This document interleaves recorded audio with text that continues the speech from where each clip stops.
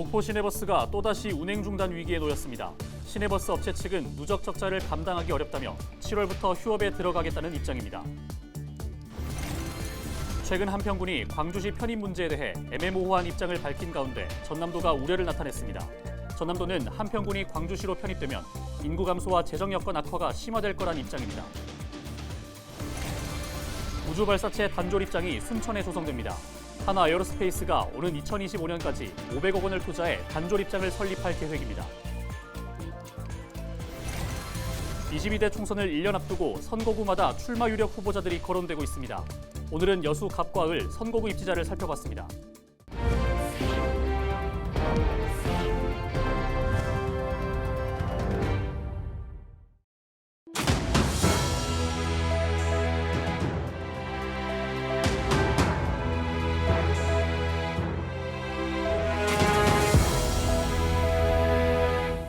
시청자 여러분 안녕하십니까? 헬로티비 전남뉴스입니다. 목포 시내버스가 또다시 운행 중단 위기에 놓였습니다. 목포 시내버스 업체인 태원여객과 유진운수는 17일 시내버스를 오는 6월 30일까지 운행할 테니 이후에는 목포시가 교통대책을 세워달라는 내용의 공문을 발송한 것으로 알려졌습니다. 업체 측은 누적되는 적자를 감당하기 어려워 7월부터는 휴업에 들어가겠다는 계획입니다. 이한철 대표는 18일 기자회견을 열고 공식적인 입장을 내놓기로 했습니다. 목포 시내버스는 지난해 10월 임금 협상이 결렬돼 노조가 파업에 돌입하면서 멈춰선 뒤 11월에 운행이 재개됐고 12월 들어 목포도시가스가 가스 공급을 중단하면서 65일 동안 멈춰섰습니다. 최근 한평군 관계자가 한 언론사 전화 인터뷰를 통해 한평군의 광주시 편입 문제에 대한 애매모호한 입장을 밝히면서 전남도가 우려를 표명했습니다. 한평군 관계자는 광주 군공항 이전과 함께 논의되는 한평군의 광주광역시 편입 질문에 대해 현재로서는 고려하지 않고 있다고 답한 것으로 알려졌습니다. 전남도는 이 답변이 필요하다면 한평군의 광주시 편입도 가능하다는 의미로 해석될 여지가 있다고 판단된다고 밝혔습니다. 전남도는 한평군이 광주시에 편입되면 전남의 인구 감소는 물론 재정 여건이 악화되는 등 지방 소멸 위기를 심화시킬 것이라고 지적했습니다. 한화 에어로스페이스 발사체 단졸 입장이 순천에 조성됩니다. 순천시는 단졸 입장 유치 경쟁에 나섰던 고흥군과 창원시 두 지역에 위로의 말씀을 전한다며 우주산업은 어느 한 지역의 독점이 아니라 남해안벨트가 공동으로 풀어가야 할 일이라고 밝혔습니다. 한편 단졸 입장은 발사체의 각단을 제작하고 기능을 점검하는 시설이며 한화 에어로스페이스는 500억 원을 투자해 순천에 2만 3천여 제곱미터 규모의 우주 발사체 단졸 입장을 설립할 예정입니다. 우주 발사체 산업특구로 지정된 고흥군에 핵심 부품 제조 시설이 들어설 전망입니다. 한화 에어로스페이스는 발사체 단졸 입장을 순천에 세운다는 발표와 함께 고흥에는 발사체 산업특구 부지가 조성되는 즉시 핵심 구성품을 만드는 시설을 짓겠다고 밝혔습니다. 이에 고흥군은 입장문을 통해 발사체 단졸 입장 선정 결과는 아쉽지만 고흥에 대한 구체적인 계획을 기대한다고 말했습니다.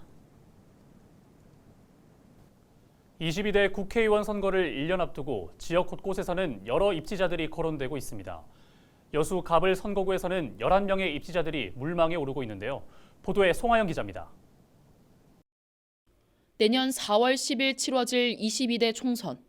갑과 을 선거구로 나뉜 전남 여수에서는 벌써부터 입지자들이 거론되고 있습니다. 먼저 갑 선거구를 살펴보겠습니다. 민주당에서는 현직 주철현 국회의원과 이용주 전 국회의원의 맞대결이 성사될지 관심입니다. 여기에 강용주 여수 세계박람회재단 이사장, 강화수 민주연구원 부원장, 김경호 제주대 교수도 당내 경선에 도전할 것으로 예상됩니다. 국민의힘에서는 고영호 당협위원장이 출마를 준비하고 있습니다. 여수 을의 경우 민주당에서는 현직 김회재 의원을 포함해 권오봉 전 여수시장과 조계원 전 경기도 정책수석의 출마가 점쳐지고 있습니다. 국민의힘에서는 임동하 당협위원장이 출마를 저울질하고 있습니다. 진보당에서는 여찬 전남 청년진보당 준비위원장이 일찌감치 출마 의사를 밝히고 선거 전에 뛰어들었습니다. 여수 갑을 선거구의 최대 관심은 선거구 조정.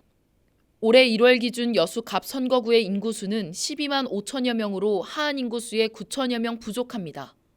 반면 여수 을의 경우 14만 8천여 명으로 하한 인구수를 초과했습니다. 문제는 두 선거구를 합친다고 해도 인구 상한선을 넘어 여전히 분구 대상이라는 겁니다. 이런 가운데 순천이 인구 상한선을 초과한 만큼 단일 선거구로 조정될지 여부도 지켜봐야 할 대목입니다. 전남 국회의원 의석 10석을 놓고 순천이 단일 선거구로 2석을 가져갈 경우 여수의 기존 2석 유지를 장담할 수 없기 때문입니다. 선거구 획정에 다양한 경우의 수가 논의되는 가운데 출마자들의 행보에 어떤 영향을 미칠지 관심이 쏠리고 있습니다. 헬로티비 뉴스 송하영입니다. 우주산업을 미래 먹거리로 삼고 있는 고흥군이 최근 벤치마킹을 위해 미국을 방문했습니다. 이번 방미 성과는 무엇이고 앞으로 어떻게 적용할 수 있을지 고흥군의 계획을 들어봤습니다. 보도에 김신혜 기자입니다. 미국 플로리다주에 있는 케네디 우주센터. 축구장 800여 개를 합친 면적에 전시와 체험 등 700여 개 시설이 갖춰져 있습니다. 연간 방문객은 170만 명, 입장료 수입만 2,100억 원에 달합니다. 최근 우주발사체 특화지구로 지정된 고흥군이 전남도 한국항공우주연구원 관계자와 함께 이 같은 선진지 견학을 위해 미국을 찾았습니다. 공영민 고흥군수를 대표로 한 벤치마킹 추진단은 각종 항공 유물이 전시된 우드바 헤이지 센터, 스미소니언 항공우주박물관, 케네디 우주센터 등을 차례로 방문했습니다. 또 케네디 우주센터 운영 책임자와 만나 고흥 우주발사체 특화지구의 전시와 체험을 어떻게 적용할 수 있을지 조언을 구했습니다. 공군수는 이번 방미가 고흥 발사체 특화지구에 들어설 전시체험 시설인 사이언스 콤플렉스 콘텐츠 구상에 큰 도움이 됐다고 말했습니다. 대기권을 벗어나면서 부딪히고 그런 모습이 그대로 흔적이 남은 그런 실물들이 있다는 걸 보고 저는 깜짝 놀랐어요. 아, 이런 걸 보기 위해서 오는구나, 그런 것도 느꼈고, 그 다음에 거기에 이제 우주산업을 관광산업하고 연계해서 결국은 지역민의 고용 창출이나 소득으로 연계시킨다, 이런 것들이 굉장히 인상이 깊었고요. 고흥군의 목표는 교육과 체험, 휴양시설을 모두 갖춘 우주 테마파크를 완성시키는 것. 고흥군은 우선 미국 케네디 우주센터처럼 나로 우주센터도 일반인이 관람할 수 있도록 정부의 시설 개방을 건의할 계획입니다. 또 현재 고흥에 있는 우주체험 수준을 뛰어넘는 차별화된 콘텐츠 개발에 주력할 방침입니다. 현장 견학, 체험, 교육시설을 잘 만들어서 많은 관광객들이 오게 만들어서 우리 고흥의 그 지역의 현지인들의 좀 고용이 많이 창출돼야 될 거고, 그 다음에 국민들의 소득으로 이어져야 될 거고, 그 다음에 전체 지역경제 활성화에 도움이 되도록 만들겠다, 이런 생각입니다. 우주발사체 특구 지정에 이어 국가산업단지 최종 후보지 선정으로 우주산업 육성에 발판을 마련한 고흥군. 이번 방미 일정을 통해 얻은 성과로 어떤 그림을 그려나갈지 주목됩니다. 헬로티비 뉴스 김신혜입니다. 지난 주말 전남에서는 산악사고와 화재가 잇따랐습니다. 교통사고 때문에 부상자도 속출했는데요. 주말 사건 사고 소식을 고정민 기자가 정리했습니다. 특수구조대원들이 바위 틈에서 구조 활동을 벌입니다. 전남 강진의 한 야산에서 60대 등산객이 15m 아래 절벽으로 추락한 겁니다. 신고가 접수된 건 지난 16일 오전 11시쯤. 이 사고로 등산객이 머리를 다쳐 병원에서 치료를 받고 있습니다. 교통사고도 잇따랐습니다. 승용차 앞부분이 형체를 알아보기 어려울 정도로 처참하게 부서졌습니다. 지난 16일 밤 12시 반쯤 무안군을 통과하는 서해안고속도로 하행선에서 육중 추돌 사고가 난 겁니다. 이 사고로 승용차에 타고 있던 운전자 등 9명이 크고 작은 부상을 입었습니다. 경찰은 앞서가던 승용차가 중앙분리대를 들이받고 멈춰서자 뒤따르던 차량이 잇따라 추돌한 것으로 보고 있습니다. 지난 15일 오후 5시 40분쯤 순천에서도 4중 추돌 사고가 발생해 7명이 다쳤습니다. 주택 화재도 이어졌습니다. 15일 저녁 5시 반쯤 진도에선 부주의 때문에 불씨가 옮겨부터 주택 일부가 불에 탔습니다. 17일 밤 12시 25분쯤 해남에선 콘센트 합선으로 추정되는 화재가 발생해 주택 한 채가 모두 불에 탔습니다. 헬로티비 뉴스 고정민입니다.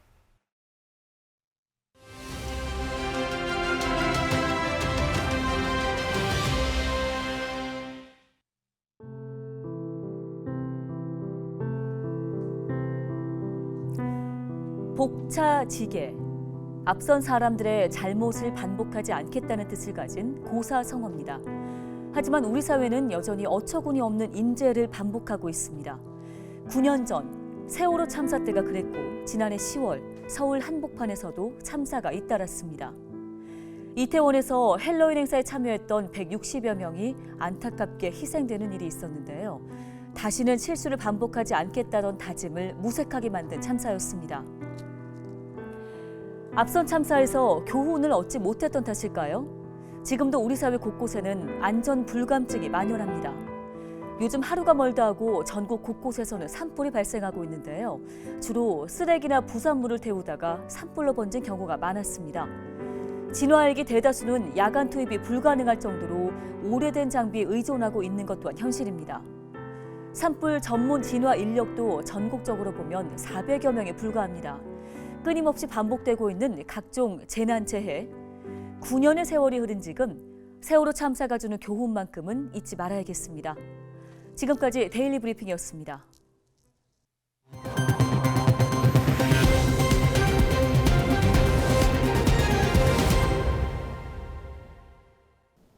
광주와 전남의 수출 실적이 석 달 연속 감소세를 보이고 있습니다. 광주 본부세관이 조사한 3월 광주와 전남의 수출 실적은 지난해 같은 기간보다 11.5% 줄어든 50억 5,300만 달러로 집계됐습니다. 지난 1월 8.5%, 지난달 13% 줄어든 데 이어 석 달 연속 감소세입니다. 광주 본부세관은 여수산단 등 전남의 주력 산단에서 화공품이나 석유 제품 수출이 감소해 무역 수지가 적자를 기록했다고 설명했습니다. 17일 오전 10시쯤 광양시 금호동에 철거 중이던 한 공장 냉각탑에서 불이 났습니다. 신고를 받고 출동한 소방당국은 소방 차량 10여 대와 인력 40명을 동원해 진화 작업을 벌였고 2시간 만에 불길을 잡았습니다.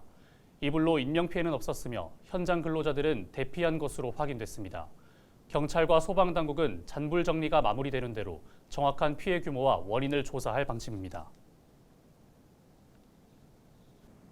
전남도가 농어촌 의료취약지의 의료 공백을 해소하기 위해 신규 공중보건의사 249명을 배치했습니다.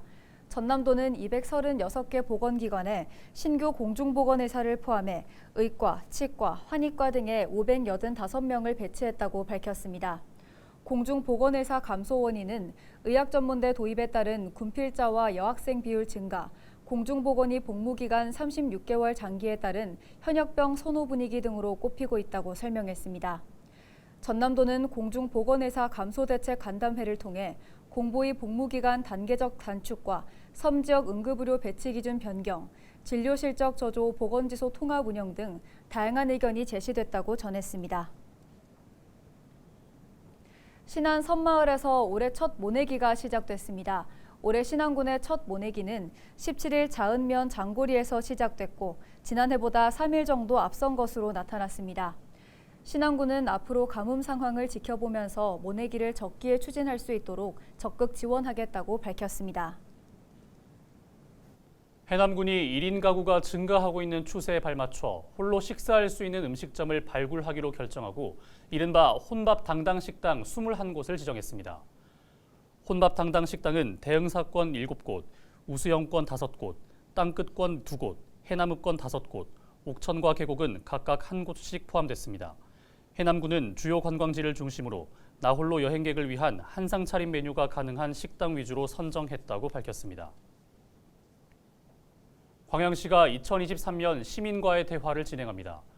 광양시는 18일 금호동을 시작으로 12개 읍면동을 순차적으로 방문해 시정 성과와 운영 방향을 보고하고 지역 현안에 대한 주민들의 의견을 청취하는 시간을 가질 예정입니다. 광양시는 현장 참석이 어려운 시민을 위해 광양시청 공식 SNS 채널을 통해 생중계할 계획입니다. 이상으로 뉴스를 마칩니다. 함께해 주신 여러분 고맙습니다.